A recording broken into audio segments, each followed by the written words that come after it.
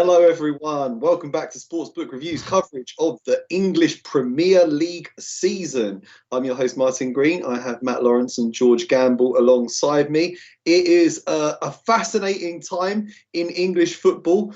The nation of Saudi Arabia has purchased Newcastle United. So Abu Dhabi now owns Man City. Qatar owns PSG. And Saudi Arabia owns Newcastle. Saudi Arabia is richer than both of those countries put together, I believe. So we could see some world-class players heading to Newcastle eventually, but not just yet. They're still 19th in the table and they're still battling relegation. But we will come on to that. We will come on to that soon. We have 10 games to go through today, starting with Man City Burnley, ending with the champions-elect Arsenal up against Crystal Palace.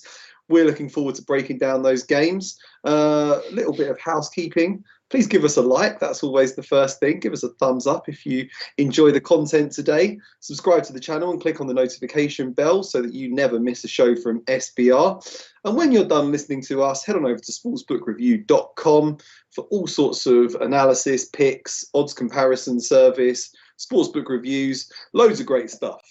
Okay, we are going to start with Manchester City against Burnley. Now, I have not a statistical trend, but just a trend really. In the last 4 meetings between these teams at the Etihad, Man City have won them all 5-0. I'll come to you first, George, seeing as you are our resident Man City fan. Are they going to win 5-0 again at the weekend? Well, I mean, it's certainly possible. I watched Burnley last time against Norwich, and they probably should have won the game, but they were still so poor, and against arguably the worst team the Premier League has seen for a long, long time in Norwich. City, they've taken 28 points from their last 30 available against Burnley. They do tend to do quite well against them. Obviously, it's my own team. I don't, and obviously the market thinks City are going to win quite handsomely as well. And, it's not surprising, is it? You look at Burnley, they're winless in their last 10 league games and got the highest average starting 11 age of 29 years. The City team are just going to drag them all across the park. I know it's looking likely that, the Brazilian contingent won't be available. So no Ederson in goal for City. So Zach Steffen will probably deputise in there. And Gabriel Jesus, who's probably the only centre forward that City have, is going to be unavailable for this one as well. And no Ferran Torres, right? He's out for a month. Yeah.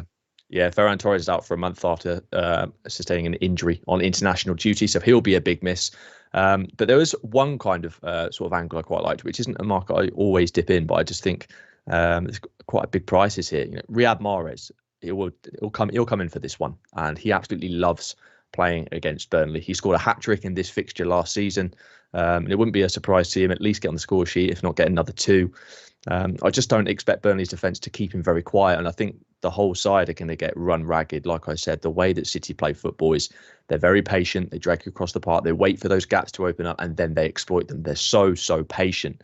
So for me, I was having a look at, Mahrez to score 2+ goals, and that was at plus 550, which I thought was quite large. And if you think he'll repeat the feats of last season and get a hat-trick, I saw that at plus 3,300, which I thought was staggering, considering it's just going to be one-way traffic here. Thanks, George. Yeah, stick a few bucks on that. That's a fun prop bet, or goal scorer bet, as we would call it over here. I'm just going to have a quick hello to Fix Match. T Wong, why didn't the Arabs buy Arsenal? We don't need the Arabs, T Wong. Arsenal were going to win the league without them, but it would have been nice. But we're happy with what we've got. Hello to Amas. Hello to Tony. Hello to Ross. Hey Ross. Hello, Piss in a Teapot, one of my favourite monikers on the show. Shelley Edits. Holla to Barca Man. Dislike, that's a good one as well. That's your name, Dislike. You just dislike everything, but you do like 1.5 first half goals at even money. I like that one too, Dislike. Hello to Henok. Barca Man's going for both teams to score no and over 2.5 goals. So 3-0, 4-0, something like that to Burnley. Good angles.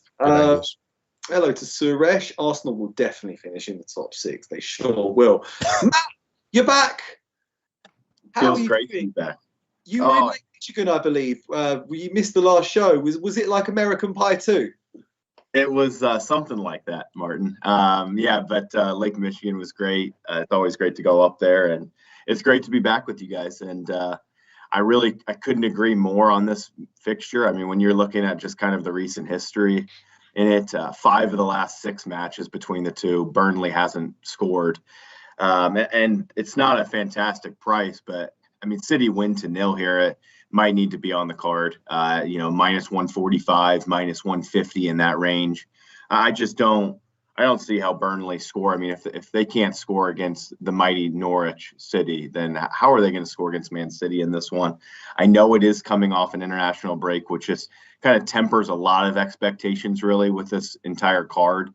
I think it's always best to kind of then, maybe wait and see an hour before on some of these lineups. But yeah, I think that George makes a good point. Mahrez will come right in, and he loves playing against Burnley. And as long as Zach Steffen doesn't make a howler like he did against Costa Rica a couple days ago, it should be all good here, and City should win to 0.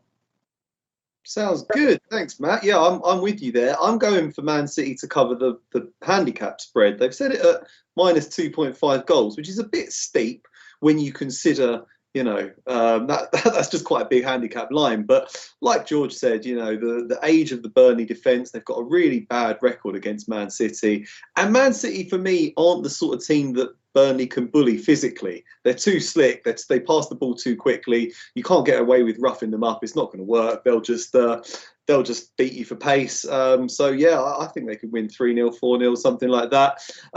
Esteban in the control room informs me that he's put Man City down twice. So we've started with Man City Burnley, but what we're going to do now is jump back to the actual first fixture of the weekend, which is Matt's team, the mighty Liverpool, coming up against Watford at Vicarage Road. This is the early kickoff on Saturday, but it's always nice just to throw in a bit of Man City just to kick things off. But yeah, Watford were the team, if everyone remembers, they ended that 18-game winning streak that Liverpool had the other year when Sarr scored twice. Not sure they're going to pull it off again, Matt. What are you thinking on this one?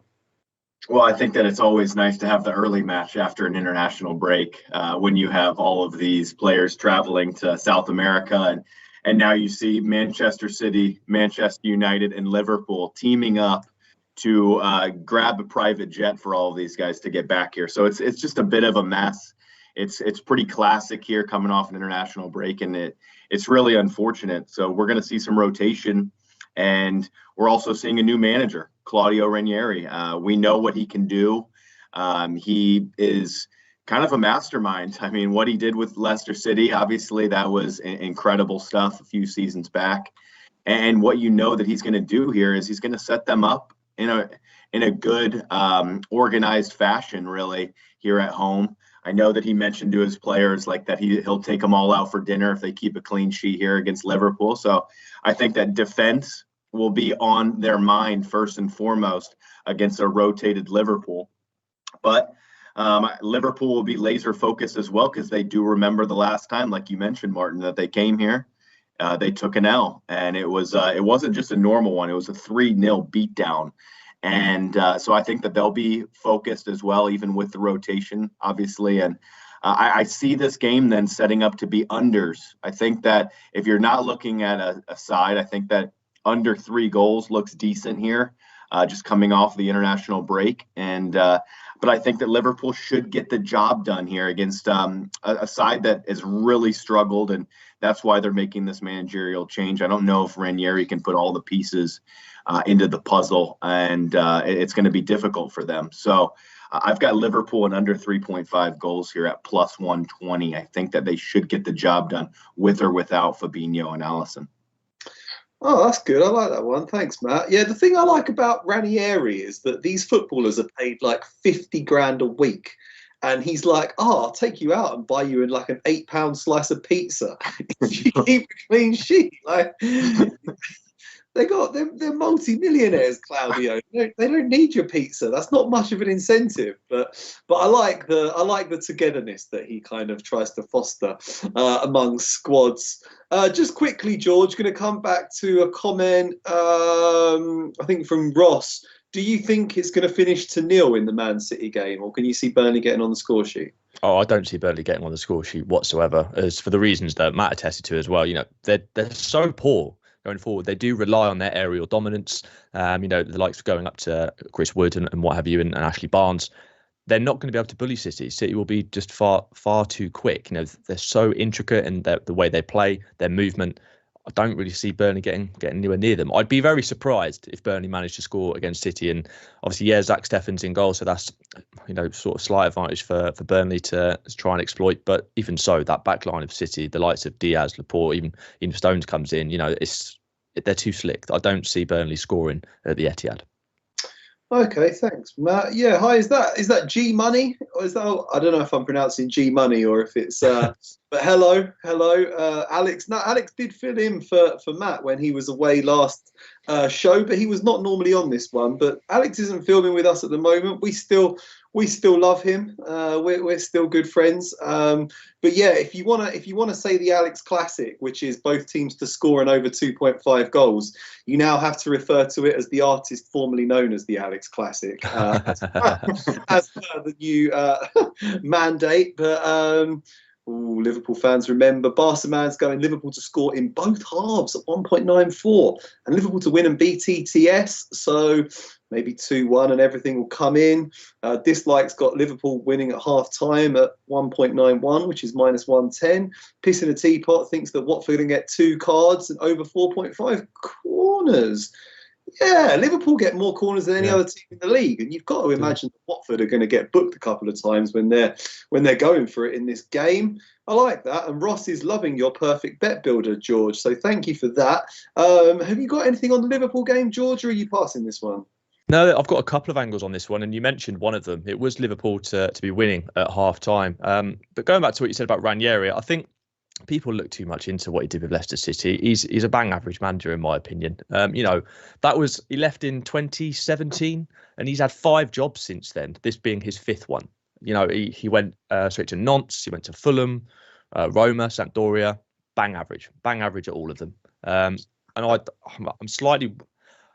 I did wonder when they sacked obviously the previous manager to get Ranieri. I just thought it was a bit of a pointless step, to be honest. I don't really see why they did it. But no, I do like Liverpool to win at half time. I mean, you look 6 of the last 7 meetings, I believe, between these two at Vicarage Road, have seen at least one team score 3 goals, with Watford doing so on 3 occasions and Liverpool 4. But, Watford, they've conceded at least once in their last 17 Premier League games since that win against Liverpool. For me, it's always risky trying to back the lunchtime kickoff, as obviously people in the UK will know it's a famous Mahatma Gandhi once said, never back the early kickoff.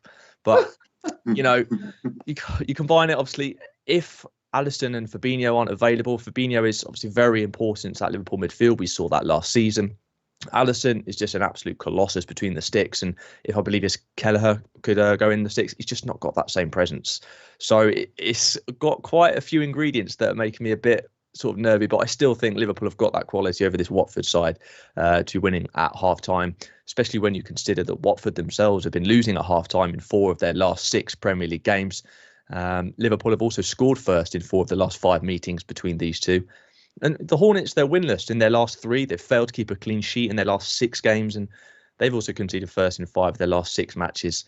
And with Liverpool being unbeaten in any of their last 12, I think they're solid. They've got it back. I wouldn't say they've got that same tenacity that they had in seasons gone by, but they're still such a good side. And the other angle I quite liked, similar to what I mentioned in the Man City game, is Mo Salah's been on fire, and he loves playing against Watford. He's got 8 goals in his 6 Premier League appearances against them, and that includes his first ever goal for the Reds and his first hat-trick against Watford as well. So he does enjoy playing against them, and for him to score 2 or more, that's at plus 400 if you wanted to have a very small play on that. But so yeah, I wouldn't be going majorly on this game. Like I said, it's the early kickoff. I'm always a bit wary, and there's a few aspects to this, few caveats that make me sort of wonder, should I or shouldn't I? But yeah, Liverpool winning at half time I thought was a great angle, and a very small play potentially on Salah to score 2 or more at plus 400. But yeah, both small plays. Yeah, thanks, George. Quasi's going for Mo Salah to score at 1.6. You're pushing it there. 2 plus, which sounds good at plus 400. No, but yeah, it could well come off. He's the danger man. Everyone's saying he's the best player in the world right now. I mean, he's up there. He's definitely up there. You can't. CR7's in the house. Hello CR7. I hope you start for Man United this weekend, because it was ridiculous when you were on the bench last time out, busting all sorts of coupons. Oh, good, I am pronouncing it correctly. G Money. I got blasted when suggesting he might be on the bench before. It was like, how's it going to be? It's an international break. He's going to start. And what happens? Solskjaer sticks him on time. By the artist formerly known as Alex, but he's not here for you to. Yeah, he's gone to PSG apparently. He's a free agent at the moment, so he's open to bids. If you've got a bit of spare cash and you want Alex to come in the box, just go for it. Yeah. Okay. What are we going to go to now? Let's move on. We're going to move on to Southampton versus Leeds. I don't like the look of this game at all. I mean, I want to watch it because they're both fun teams to watch, but. Oh, how do you go at this from a betting perspective? I know we just had you, George. We'll come straight back to you. Have you given me? I don't think you got anything on this. Why are you passing this one? Well, no, I've got. There's an angle I do quite like, but it's just not one of my best bets of the card for me. But I think Leeds are slightly overpriced here. I mean, Southampton, they're without a clean sheet in their last 3 against Leeds and in their last 3 games overall. Look at Hasenhutl's side. They're yet to win a game this season, and they're going to be without their talisman, James Ward-Prowse, as he received a red card against Chelsea late on, and they're possibly without Shea Adams up top as well. I know they've brought Armstrong in, but he's flattered to deceive of late. Leeds United, they've got victory in the last 3 meetings between these two without conceding. And in fact, against no team has Leeds United won more Premier League games than they have against Southampton. They won home and away last season. 31 of Leeds' 35 Premier League goals against Southampton have come in the second half, including each of the last 13 in a row. So I'll be looking at the second half for the deadlock potentially to be broken here. But then, Leeds, they've faced more shots, 117, and more shots on target, 43, than any other side in the Premier League this season. But I just don't see how Southampton, I think they'd need to score a couple of goals to win this one, and I just don't see how they do it. I think Leeds United are the team. If you're going to be on either one, it's got to be on Leeds United here. And for them, draw no bet, plus 115, I thought offered good value. I think they should be a little bit lower than that. Yeah, that's what Barsman's going for as well. G Money's going for Southampton, draw no bet. T Wong's got a hunch that the Saints will nick it. Suresh thinks at least one half will be a draw. Dislikes going for the artist formerly known as Alex Classic. I've just realised I missed the memo about baseball caps. I need a baseball cap to complete the set. What have you got on yours? What's yours, George? Is that a what? It's the Seahawks. It's the Seattle Seahawks. Oh, you're a Seahawks fan. What's Matt got? I've got it's a golf hat, Forest Dunes up there. It's a good track. It's a good track. Oh my word! So Billy Madison, not Billy Madison. Happy Gilmore. Oh my! How have I made that error? Oh my word! Happy Gilmore is just one of the best films of all time. Right. No doubt about it. Okay, Matt. Southampton versus Leeds. I believe you've got a play on this. So I agree with George, and I just basically stretched it a little bit to Leeds plus a quarter at minus 125 here, 1.8. I think that with Southampton's architect, if you will, and James Ward-Prowse being out, I think it's a huge cause for concern. And Leeds winning home and away last year, I know that their form has been poor. I'm hoping that they can turn a corner here, because we all loved a little bit of Leeds last season. I mean, just still being able to win by just going all guns blazing in the attack. That was really fun last season. And I want to be backing this team. It's just now some injuries and, they've just been really extremely naive this season. So hopefully they can get back to some good form here. And I think it's a good time to do it with no James Ward-Prowse. I mean, he is so influential to this side, and I think it'll be a tough match. I think this is one to check the lineups, because some players are coming back, some players aren't, and it could tend to be an under maybe in this one. I think this could be really tight and cagey. So thus, I think that taking the plus quarter in this one feels pretty good for me. Yeah, interesting. Thanks, Matt. Yeah, there's this narrative that everyone's found Leeds out this season and they're too vulnerable at the back and everyone's just going to beat them easily. But I don't think it's quite as clean cut as that. He's still a good manager, Bielsa. Surely he'll have to have a plan B up his sleeve. Yeah, away game at Southampton's a good opportunity for them to get their season back on track. Couple of Ian and Ross are reminding us that Rafinha is going to be missing. Maybe it's an opportunity for someone to step up in his place, eh? We shall see. But we must move on because the clock is ticking. We've got the mighty Norwich against the Seagulls, who are flying high. So Norwich ended a 20-game losing streak in the Premier League when they picked up a 0-0 draw with Burnley last time out. Pretty miserable to be a Canaries fan right now, but they've at least picked up their first point of the season. They're still well adrift. Matt, is that the end? Are they going to go back to losing ways this weekend against Brighton? I believe so. I think that Brighton should have a little bit too much here. It should be a tight match, but I looked at the fixture from 2 seasons ago, and a less, Brighton weren't nearly as strong a couple seasons ago as they are today, in my opinion. And they were able to win home and away against this Norwich side. And is Norwich stronger or weaker than what they were 2 seasons ago? Probably a little bit weaker. And so that's just kind of analyzing those power rankings almost in a sense, and taking a look at it. The price looks decent, and Brighton, the way that they control possession, that they're going to have a few chances in this match to put one away. It's just if they take those chances, and I'll bet that they do. So I think that they've been taking their chances a decent amount this season, much more than last season, and I think that they should be too much. They're a little bit slicker than what Burnley is, aren't they? And that should be the difference here. Plus 115 on this one for Brighton to win away against a team that is definitely going down here in a few months, in my opinion. So I'm more than fine with the Seagulls here. Yeah, I was really impressed with Brighton in their performance against Arsenal before the break. At the back, they're just solid. They're warriors. They fight for every ball. They're almost Burnley-like at the back. But then going forwards, they're a really attractive team. Lots of technical players. So they've got everything, really. They can defend. They can go forward. They can pass the ball nicely. I think they could have a really good season. George, do you agree? Are you going to make it a full house for Brighton? Yeah, 100%. I mean, I think they're obviously going to be without the likes of Welbeck and Alzat, but they're so much stronger than this Norwich side. And I'll oppose Norwich at any opportunity. Like I said, one of, if not the worst side I've ever seen in the Premier League. And yeah, they drew against Burnley last time out to claim their first point of the season, but Burnley were another side who are yet to claim victory this season. And the thing with Norwich is they let you have the ball. They just let you have it. And Burnley just couldn't muster anything up. But you do that with Brighton, and they're gonna punish you. They really are. You look at Brighton; they've scored first in 4 of their last 5 meetings with Norwich, and they're unbeaten against them in their last 3. They're also undefeated in any of their last 5 games overall.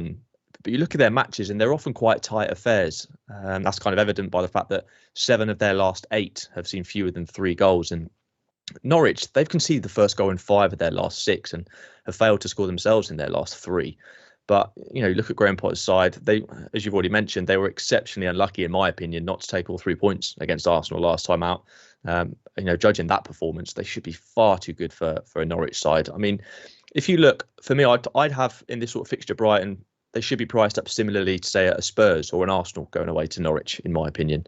And I wouldn't see Spurs or Arsenal at this price. It's far too big a price. It is. You'd expect it more around maybe 1.8.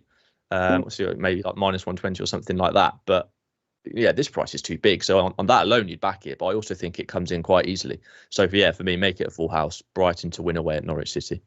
Like it. Thanks, George. A lot of the guys in the chat are actually pushing it even further. Ross is going Brighton win to 0. Walid's going for Brighton half-time full-time. G-Money's going for Norwich under 0.5 goals. Yeah, that sounds good. Dislikes going for over 1.5 team goals for Brighton. Barca thinks draw half-time, then Brighton come on strong in the second half. James has got Brighton all day long. Yeah, agree with you. We're all going for Brighton. So come on, the Seagulls. Let's get the job done this weekend. Right, we're going to move up to the Midlands, to the big Midlands derby between Aston Villa and their local rivals, Wolverhampton Wanderers. Kind of a black country derby, isn't it? I'm not sure if Birmingham quite qualifies as being in the black country, but Wolves is certainly in the heart of it. They're West Midlands rivals, and there's no love lost between these two sets of fans, so I think it's going to be a really entertaining game.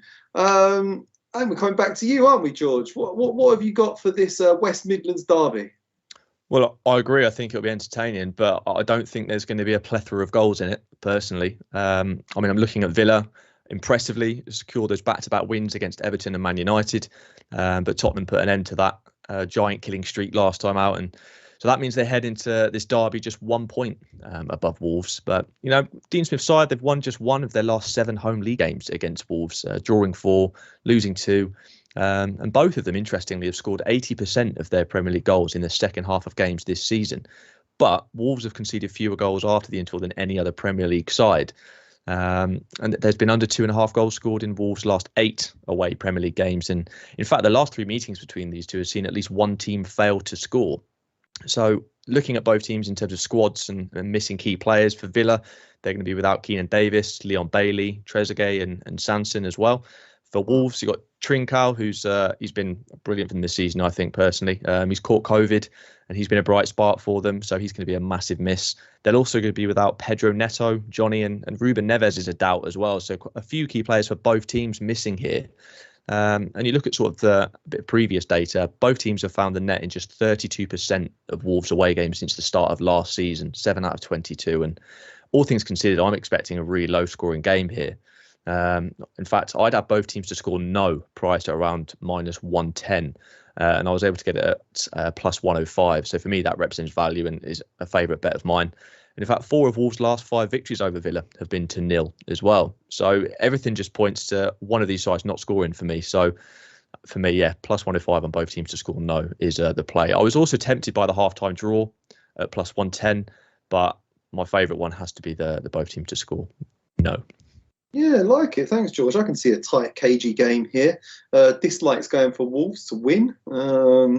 Barcelon's got the half-time draw. G-Money's going for both teams to score. Ross thinks maybe 1-0.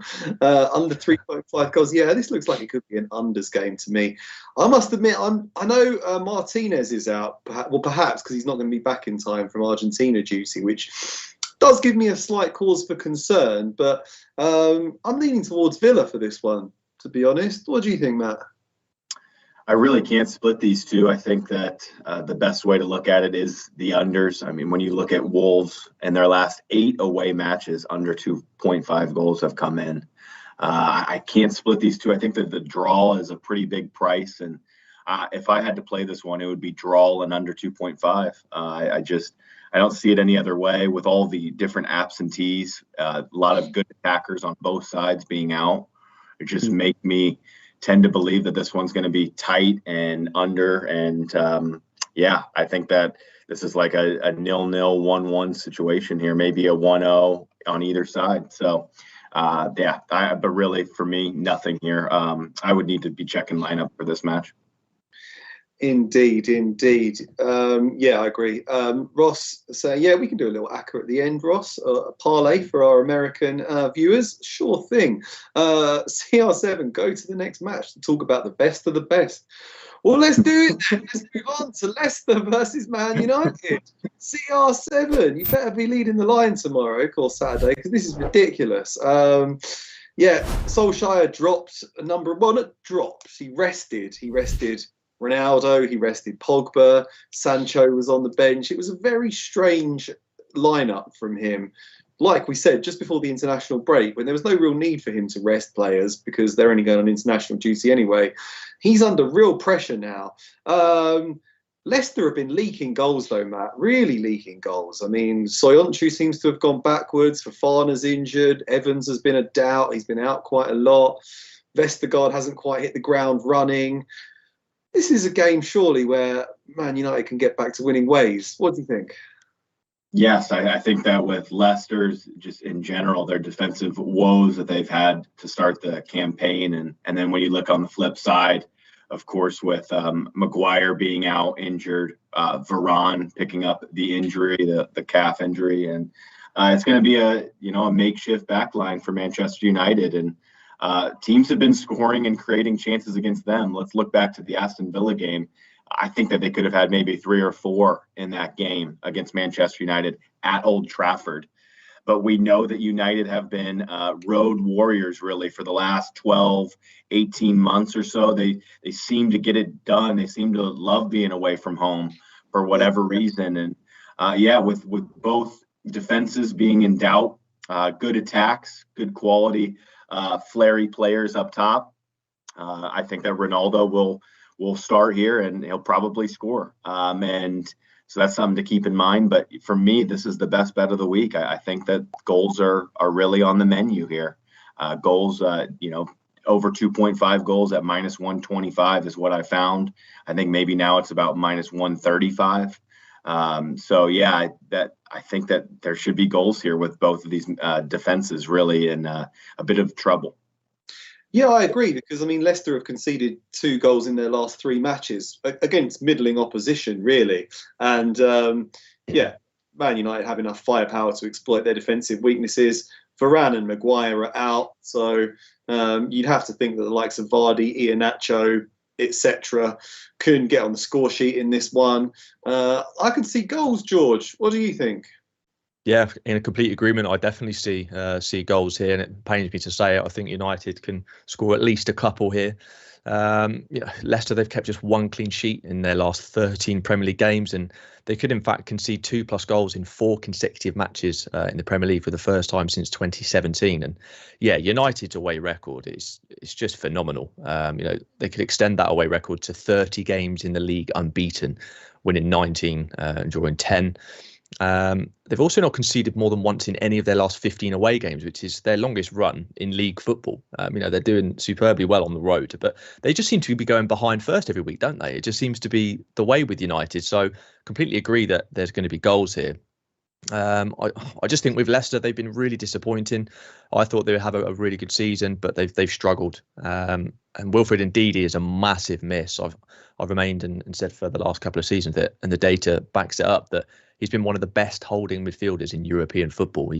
He was a player that I was crying out for. When Fernandinho goes, I'd love to have Ndidi come in to replace him. I think he's excellent. So he's such a huge miss in that Leicester midfield. He just knits things together. But I think United can score goals here. They've got the player who's created the most overall chances in the league with Bruno Fernandes, most chances created from set plays in Luke Shaw, and the player with the most assists in Paul Pogba. They can score goals from anywhere. Both sides have got those key players missing, as you've already attested to with Leicester and the players that are going to be out. But I do think we should expect goals here. And I just think the fact that United have scored first in 5 of their last 7 meetings with Leicester, and they'll hope that continues because they've actually conceded first in 4 of their last 5 games. So I think it's going to be a case of which defence can just manage to try and keep the other one out just about. But it'll be attack versus attack, the goals both ends. So I wouldn't like to say a winner personally. I think both of these teams can exploit those vulnerable back lines. So for me, I thought a really good price was just on Manchester United to score 2 or more goals. And I know that price is going down, but I was able to get on at plus 100, so even money. And I thought that was my favourite bet in this one. Yeah, I love that bet, Matt. George, sorry. Yeah, when you sent that to me, I was like, yes, that's the one. Because I was on Man United to win and over 1.5 goals. I think there's going to be goals in it. That's almost even money. But yeah, I really do think that Man United can score at least 2 goals in this game. I also think that Leicester are going to get on the score sheet. So I've just gone with the artist formerly known as Alex Classic, which is both teams to score and over 2.5 goals. Both teams missing their holding midfielders. I know no one thinks that much of Fred, but like you said, indeed, he's a quality player. Probably not going to go to Man City, though, is he? He's probably going to go to Newcastle now, but hey, what are we going to do? Everyone's, what we got in the chat? I'm not sure a keeper will be fit enough to play. Welcome back, Matt Lawrence, says Marco Paul, for the best show in the world. Oh, thank you. It makes it all, love comments like that, makes it all worth it. Aaron 2 Pigs is going for Jamie Vardy to have a party. Get the vodka and both teams 2.5 goals plus 105. Cristiano to score any time is 2.05, says Barcelona. That's a great price. Well, there's so many good angles on this match. We're all expecting goals. Better not be 0-0. CR7, pull your socks up, get a hat trick. Let's make this happen. Right, we're gonna jump over Man City Burnley because we've already done that. We're gonna get to Brentford versus Chelsea, a West London derby. We don't have Fulham Chelsea anymore, but we've got Brentford Chelsea. Brentford back in the top flight for the first time since I think 1947. They've only lost once. I think that was to Brighton. They've been absolutely killing it. Beat Arsenal, beat West Ham, drew with Liverpool. But is this the end of the road for them? We just had you, didn't we, George? Come back to George. What were we thinking of Brentford versus Chelsea? Yeah, this is a difficult one to call for me because, I mean, Brentford seem to surprise you at every opportunity where they're going to games where you think, no, that game with Liverpool, I thought, yeah, Liverpool are going to win this 2-0. They're going to humble Brentford and it will be a typical Liverpool and unders type bet. And then that 3-3 came in. Where's that come from? And it just shows you that Brentford are not to be underestimated. The way they sort of analyse things, the way they play, the way they'll play for each other, the system, it's there. And it's going to prove to be an interesting clash. And Brentford could be victorious in their third London derby in the Premier League. Like, as you've just said, they've beaten Arsenal and West Ham so far this season. And they were lucky in that game against West Ham. West Ham should have probably clinched that win. But nevertheless, they got the job done.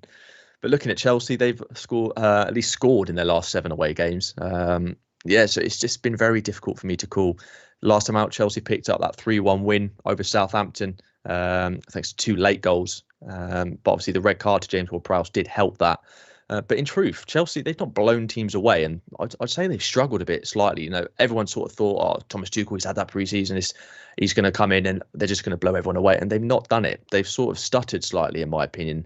And I think Brentford could potentially cause a surprise here. But the fact that they caused so many problems for Liverpool, I think they can give Chelsea a few things to think about here. And the likes of Ivan Toney going up against Rudiger in that physical battle, I think it's going to be a good thing to watch. But the Chelsea, to be fair to them, they've lost just 1 of their 12 Premier League away games under Thomas Tuchel. So obviously Chelsea the favourites here. But I was very surprised to see both teams to score at plus 120.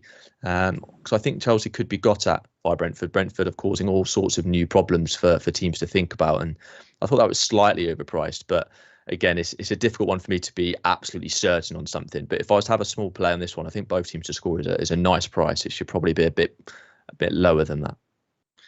Okay, no, I agree. Thanks, George.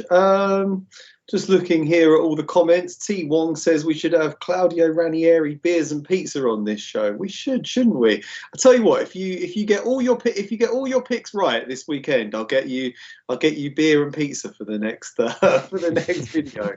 And I'm not a multi-millionaire like Claudio Ranieri, so that's a better gesture, I think. Everyone comes in and gives their picks and says what they think is going to happen and stuff, and Rude Boy just comes on and says bizarre things, like just come on and said buy SBR. Such a man of mystery, Rude Boy. What do you mean? What does that mean? You just come on and said buy. Oh, he's back. He's saying Chelsea 1, Man City 0 in the Champions League final.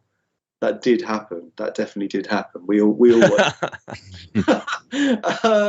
Dislikes going for the half-time draw at 2.2. Ross is going for Brentford double chance. Oh, Barcaman's got Lukaku to score at any time at plus 107. Is he going to be fit? This is what I'm wondering. He had a muscle injury, didn't he, with Belgium? So I don't know if he's going to start. Do you think he's going to start? Do you know anything about this, Matt? What have you got for this game? I don't believe he's going to, just after what happened on international duty. But again, I'm not 100% on that. Coming off the international break, it's difficult to find the news on that kind of stuff. And so in this one, I think that George made a couple really good points. So in the last few weeks, Chelsea have not been firing in front of goal like whatsoever. I mean, they struggled at Juventus. They did struggle, I think, a bit at Southampton. And then, like you mentioned, the red card kind of just helped things out a bit. But Chelsea are struggling right now. I don't think that they're clicking really whatsoever. So do I want to back them here on the road against Brentford, who a team that's just been lighting it up, and maybe Lukaku is out. Maybe it's going to be Werner, and there's just so many different maybes here. I would need to see some lineups, but I would be going back to the old under 2.5 here. I think that Brentford will try and keep it tight. I know that they like to be a little bit more expansive here at home, but Chelsea has still got a really good defense, and I think that will be first and foremost. That's always Thomas Tuchel's main thing is let's keep a clean sheet here, and it seems like offense is kind of secondary to Thomas Tuchel at times. So for me here, I think that this could be a 0-0, 1-0 to either side, or 1-1, and I think it stays under 2.5. I know that the Brentford Liverpool match went a little bit bonkers, but Chelsea are a bit more solid than Liverpool at the back in general, and Brentford they've been tough to score a goal against from most of the league at times. So that's where I would go here. It's really not anything I want to wager on, but I think that unders would be the look here. Oh, interesting. Yeah, I passed this one. This is an easy pass for me because I just don't know what we're going to see. There's a lot of doubts about the starting 11. I would say look for the starting 11 because I think Rudiger's potentially a doubt. I don't know who. Thiago Silva's probably not going to be back from international duty in time. So that made me think that Brentford might be able to score in this game. Just if Chelsea have got a couple of players out. I think they've scored in 6 of their 7 matches so far this season, and they put 3 past Liverpool. So if I had to say anything, I would go for 2-1 to Chelsea, but I don't know. I'm passing this game. Stu Max got some good tips for Newcastle, so we're going to move on to that one. Rude boy, Lukaku is fit. Okay, rude boy, we got Lukaku is fit and he's going to play. That's bad news for Brentford. Angela Mambo says, Martin, George, Matt, the lineup is fully packed. We love you guys, and we love this show very much. Thank you again, Angela. This is the sort of energy that we love to hear. Thank you so much. We enjoy this hour that we spend with all you guys, chatting through our Premier League predictions and having a good time, hopefully making some money in the process. Please keep sharing all your great tips because there's been some fantastic ones today. G Money's going for Chelsea draw. Wow. Could well be, but rude boy, Lukaku. Yes, Lukaku. Okay, Everton versus West Ham United. So we've got we've got David Moyes going back to his old stomping ground to take on Rafa Benitez. 2 sort of very pragmatic coaches that they're not like Bielsa type coaches. They're both quite cautious. Matt, what do you think is going to happen in this one? So in this one, it's a very tough one to split. I think that both teams are in good form. I mean, when you look at Everton, it looks like they're going to get some of their top line guys back in Richarlison and Calvert-Lewin, which should make them extremely more dangerous. I think that West Ham will probably possess the ball a decent amount, and Everton are going to look to try and hit them on the break. And it's just a team. Both teams are very even here, so I think it's a good match for me to sit on the sidelines and kind of gauge it as a barometer, really, for both sides. I think that they're in that same sort of class, and coming off the international break, it's a bit tough for me to split these ones. So I would probably lean with the home team here. I mean, Everton have looked pretty good at Goodison, so that's where I would go. But yeah, nothing really for me, just a pass. Okay, thanks, Matt. Aaron's 2 picks is going for Brentford, Chelsea to win 2-0 at half-time at 8.25. Wow, going in hard. Edward Boothman, great to have you. Thank you very much for tuning in live. Great to have you here. Hello, Ashton. Man City lose and Leicester win. What would you buy for the fans? Alex is saying West Ham has been a bit of a disappointment. Yeah, they haven't quite discovered consistency yet this season compared to what they achieved last time around. But I still think they're a very, very good team. Everton draw double chance and both teams to score is what Barcaman's going for. G Money's going for Everton over 2.5 goals. Are any of the strikers back for Everton? Yeah, that was the issue, wasn't it, George? That Calvert-Lewin and Richarlison were both missing before the international break, but I don't think they had serious injuries and they didn't go away with their national team. So are we expecting the dynamic duo back for this game? I think it's 50-50. I think they could very easily still be out. I think from what I recall, Calvert-Lewin is in training, but obviously, they're going to face late fitness tests is what I believe. But, if they did return, it'd be more than welcomed. As I said before, Rondon, the man has got the mobility of a pub. Turning circle of the Titanic. We saw that. I don't know if you saw it. There was that one clip against Man United where he got himself into a position where he was basically through. And it was like watching a man run in treacle. It was so easy for the Man United defence to get back and clear that up. And if that's a Dominic Calvert-Lewin or Richarlison, they're at least getting a shot away there and causing some serious problems. Rondon, he holds the ball up well, but he's not got that movement required from a centre forward for the way they play. He's been trying to bring Damari Gray into the game, but it's not really worked. So, yeah, if they get Richarlison and Dominic Calvert-Lewin back, I reckon at best they'll probably make the bench here if they do pass those tests, just purely for the fact that they haven't really been training that much. The other doubt is, Yerry Mina, will he play there? Because, he played against Colombia literally last night. So that'll be a very quick turnaround for him. Yeah. There's been under 2.5 goals in the last 5 head-to-head Premier League games between these two. And for me, I just look at this far too many, as Matt's kind of said, there's too many uncertainties in this one for me to be confident of a pick. So this was a very, very easy pass for me. Yeah, this is the easiest pass of the weekend for me. Absolutely nothing on this game. 2 pretty evenly matched teams. Lots of doubts about the starting lineup. Leave it well alone. But the big story is Newcastle United. As we mentioned at the start of the show, they've been taken over by Saudi Arabia. So they're now oil rich, which is very good for them.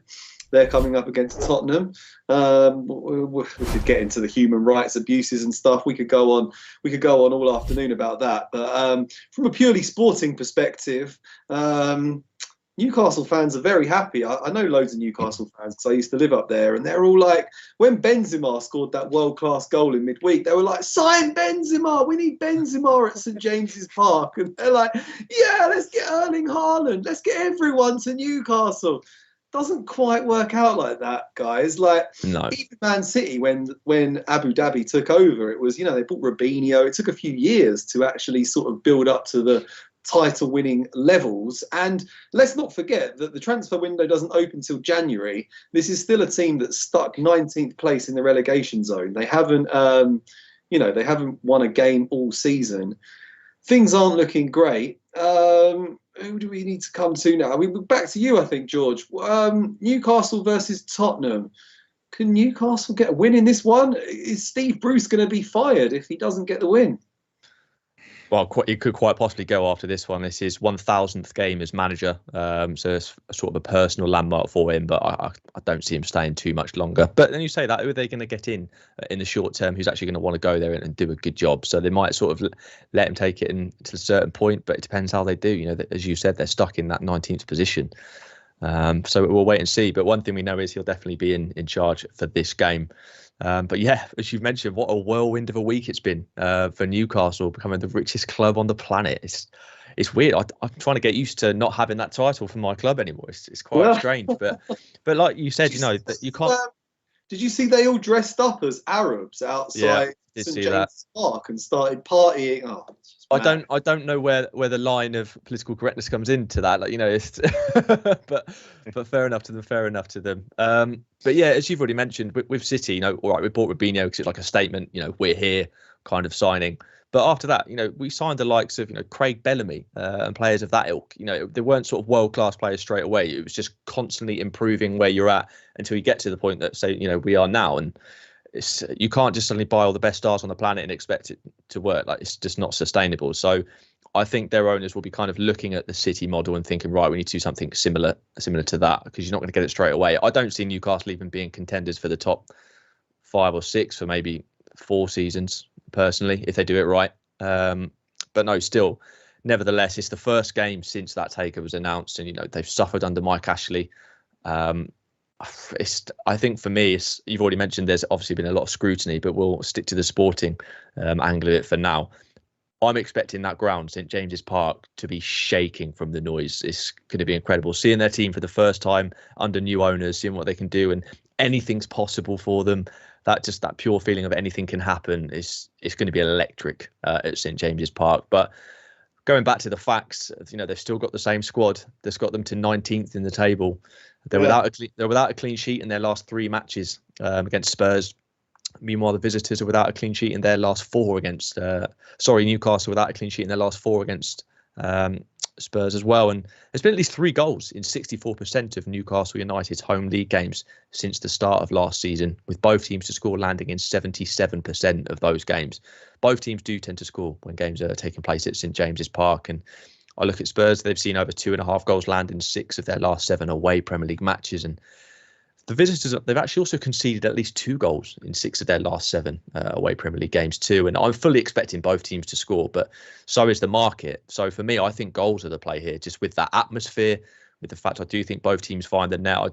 I just see there been a lot of goals. So for me, a nice price of minus 120 at over 2.5 goals is what I found. And it's just got everything you want. I think obviously the fans are going to want Newcastle to get that win. They can be right behind them.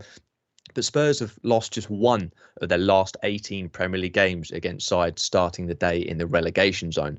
But oddly enough, that one loss did come against Newcastle. So who knows? We could see the first win under the new owners at St James's Park, and what a story that would be. But yeah, for me, there's definitely goals here. Yeah, goal sounds interesting because I believe that Christian Romero and Davinson Sanchez, they might not be back in time from South American international duty. If they are, they're probably not going to be in great shape. So, this perhaps Newcastle could profit. But I'll go back to Stu Mack's comment. Says guarantees that Kane scores a brace. And Barcelon's got Kane to score at any time as well. G-Money's going for both teams to score. Hassan's going for Tottenham and both teams to score. I like that. T Wong saying they're going to try and tap up Kane when he's there, mate. Couple extra quid, come and play for Newcastle instead. Maybe. Matt, what do you think? Same thing as both of you guys. I think that goals are on the menu here, and any time that really Newcastle are involved, and like George mentioned, at home, both teams to score has got to be in your mind as a capper. I think they're just a team that, their back line is pretty poor, but we know what Almiron and St. Maximum and those guys can do, and they can create some wonder goals, really. And that's what I expect here. I expect this place to be rocking, and I think that it tends to lead itself to goals. But yeah, it would be a terrible takeover if Newcastle end up going down this season. What a story that would be. They go down after the takeover. Wow, that would be I don't think Benzema wants to play in the Championship. I don't think so either. So that would be pretty remarkable. But yeah, so for me, both teams to score here, and I don't mind if you tickle it up a bit. Both teams to score in over 2.5 in this one. I think that both teams definitely find the back of the net here, and this one goes over the 2.5. Yeah, agree. Hassan's going Tottenham as banker. I think Tottenham, much as it pains me, I think Tottenham can win this one as well, even with the issues they've got. This is still a poor Newcastle team. Okay, the big game, the big Monday night game sees champions-elect Arsenal Football Club. So I'm going to keep calling them that until they're mathematically out of the title race, against Crystal Palace. Crystal Palace led by former Arsenal captain and legendary midfielder Patrick Vieira. They've actually been doing pretty well, Matt. Patrick Vieira's done a decent job in recent weeks at Crystal Palace. Not going to be an easy game for Arsenal, but Arsenal doing pretty well at home. I'm obviously going for Arsenal. Have you got anything on this one? I don't have anything official on this one, but I think that Crystal Palace are doing a little bit better than originally expected. Gallagher is a fantastic signing for them. And in this fixture, I think it's going to be really close. I mean, Palace generally play Arsenal very close. It just really depends on the lineup for me. I think it's a huge boost that Xhaka is injured right now for Arsenal, so we can not see him in that middle of the park. And I think that when Arsenal put out their best 11 like they have over the last month or so, it's been really strong. And I think that supporters are really, I mean, I don't know how you feel about it, Martin, but I think it's a, they're very supportive of it, really, when, you have Partey in that CDM role and just playing their best players. I think when they play their best players, they are a top 6 side in this league. And so if they can play their best players here, I would most likely be on like an Arsenal and under 4.5 goals, probably somewhere in there at the minus 110 range. But other than that, I've left it. Just want to see lineups. No, I agree. I think Arsenal have been a lot better since the sort of team that Mikel Arteta wants to actually field have come into place. Ben White and Gabriel look like a reasonably solid defensive pairing. Tierney and Tommy are good fullbacks. Yeah, transformative as soon as you get Partey into the midfield. They really struggle without him. And there's enough pace and movement from the likes of Saka, from Smith Rowe, from Odegaard and Aubameyang to score a couple of goals in games. So I would go along with that, yeah. Crystal Palace aren't an easy team to play against. They've got some good forwards and they'll be well drilled by Patrick Vieira, but I still think Arsenal can get it done here. George, have you got anything in this one? Or if not, have you got any leans? I do have a lean, yeah. To be fair, like you've just sort of alluded to, really. Crystal Palace, they have made a solid start to life under Patrick Vieira. I've been quite excited to see kind of what he was going to do there. I personally thought they had all the markings of a relegation fodder, potentially Vieira to be sacked. I just didn't think, after seeing him in previous positions, I wasn't sure if he'd have what it took to kind of take over from Roy Hodgson and implement his style. But fair play to him. I've been proven wrong. I think he's doing everything right. Obviously, the results, I think, will come. But to be fair, they have just one win from their opening 7 games to show for their efforts. And there's plenty of fighting spirit in the squad, though. You see that in every game they play, and that's proven in their 2-2 draw with Leicester earlier this month. And if anything, I thought Crystal Palace should have gone on to win that game. So they've been marginally unlucky in quite a few games as well. And Arsenal just completely turned their fortunes around, unbeaten in 5 in all competitions, winning 4. That 0-0 draw with Brighton last time out can be seen as a positive, given the fact that, as we've already mentioned, Brighton probably dominated that game and probably should have got the win. So they've proven themselves hard to beat. And also, the Gunners, they're unbeaten in their last 4 meetings with Crystal Palace, albeit against Roy Hodgson's side, not Vieira's. There's also been 3+ goals in 7 of the last 9 meetings, and both teams have found the net in 7 of the last 8. But Palace, they're without a clean sheet in their last 3 matches, and they've seen 3 or more goals in 4 of their last 5 games. And Vieira's side, they've also conceded at least 2 goals in their last 5 away Premier League matches. But no team scored fewer goals before half-time than Palace this season, scoring just once before the break. And for me, I would lean towards Arsenal here, but I think there could be goals here. I've got a feeling there could be goals. So I thought over 2.5 goals at 1.95 or -105 was a decent price. I mean, obviously I've kind of got my plays. It's not one of my favourite plays of the weekend, but if I had to have a lean, I'd be leaning to the overs on 2.5. Okay, I'd be happy with that because I've gone for Arsenal to win and under 4.5 goals. So as long as it's 3-0 to Arsenal, 4-0 to Arsenal, 3-1, something like that, I would be happy. Most people seem to be going for Arsenal in the chat, apart from Lecan, who's going for Palace to win 1-0. Hope not. Hope not. You never know. You never know. Esteban, thank you very much for everything during the show. Could you please bring up the picks? We'll read out our official plays for the weekend. So as I said, I'm going for Arsenal to win and under 4.5 goals. I've got -115 on that. Man City to cover a -2.5 handicap at +106. Brighton +118. Spurs +115. It's a huge price on Spurs.